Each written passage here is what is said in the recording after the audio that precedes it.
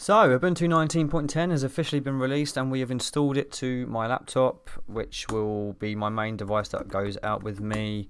And we're going to give it a good sort of test. We've installed it to the ZFS partition scheme. Let's just show you how it sort of does that. So it gives you one R pool with your main bulk, because I've only used one disk for this. And then it gives you a B pool, ZFS 2.1, get your swap, then you get an R pool, which is XT4. And then you get here, which is where your boot EFI is booted from, basically. So you've got another FAT32 file system partition there. So it's interesting layout.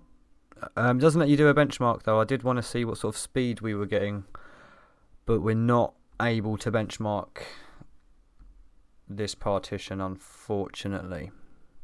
We'll try it one more time. No, so it doesn't let you.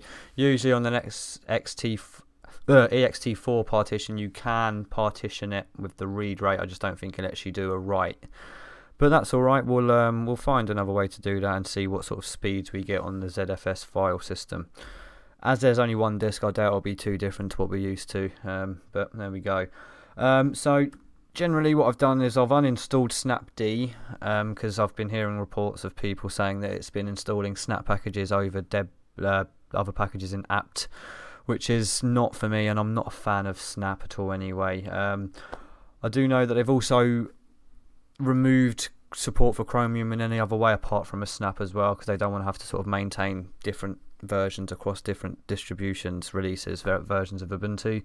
So they're going to just stick with Chromium as a snap package. So I'll use Firefox, and I'll also quickly now install Google Chrome, which is still available, just downloading it from Chrome. So extensions wise, what I've gone for, let's just get extensions up while I download this.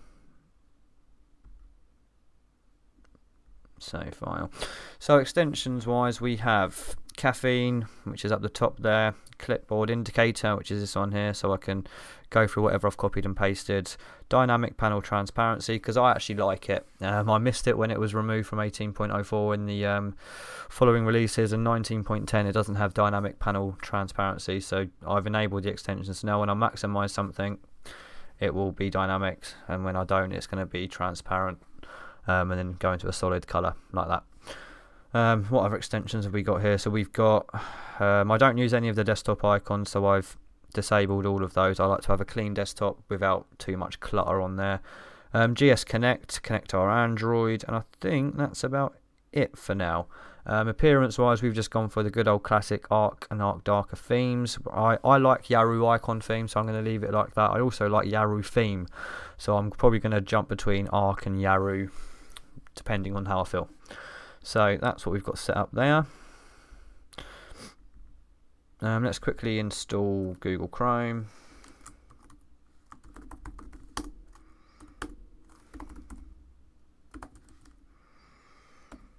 I can't bother to write out the whole thing. There's only one there, so I'll just install the one.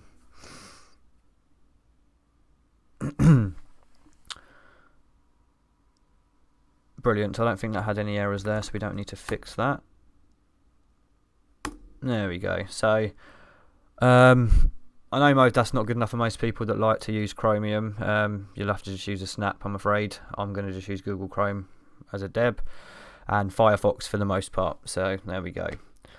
So another sort of thing that is kind of a little thing, but it just makes life a lot easier, is you can now actually just drag and drop things into sort of folders and organize it like so, instead of having to rely on a sort of a third-party extension, which is cool. So that's sort of my quick look around and how I'm going to have it set up. There's been a few things. I did try and get dash to dock working, and it did work, and then it went a bit crazy and then had like a massive shadow behind it, so I'll probably have to look into why that's happening. But for the most part, I'm going to use it like this. So I've installed sort of Kden Live, GIMP and OBS, so we can do a few videos in the coming weeks and just do sort of more of a thorough review on how we're finding this release. Let's just also install HTOP and then do a quick reboot and just get a reading from that at reboot. Okay, so let's just quickly reboot. I just want to see how much RAM it uses at idle now, and then what I'll probably do is off camera I'll install a load of stuff that's installed. So it's got KDE Connect and stuff installed, but I don't think you need that installed if you're using GS Connect. I think that handles it. At least that's how it has been on. That's how it handles it on my Debian and other things. So we'll uninstall a lot of packages and just trim it down to how we like it, and then just install what we like.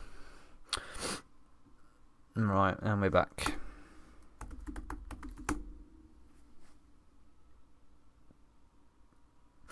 I've noticed it boots quicker on this laptop. Let's just quickly get up HTOP and 1.6.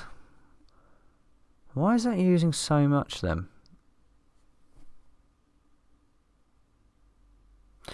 1.6. Don't know about that.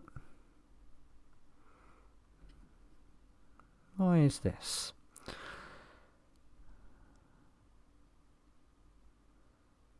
Okay, let's have a little look at that later.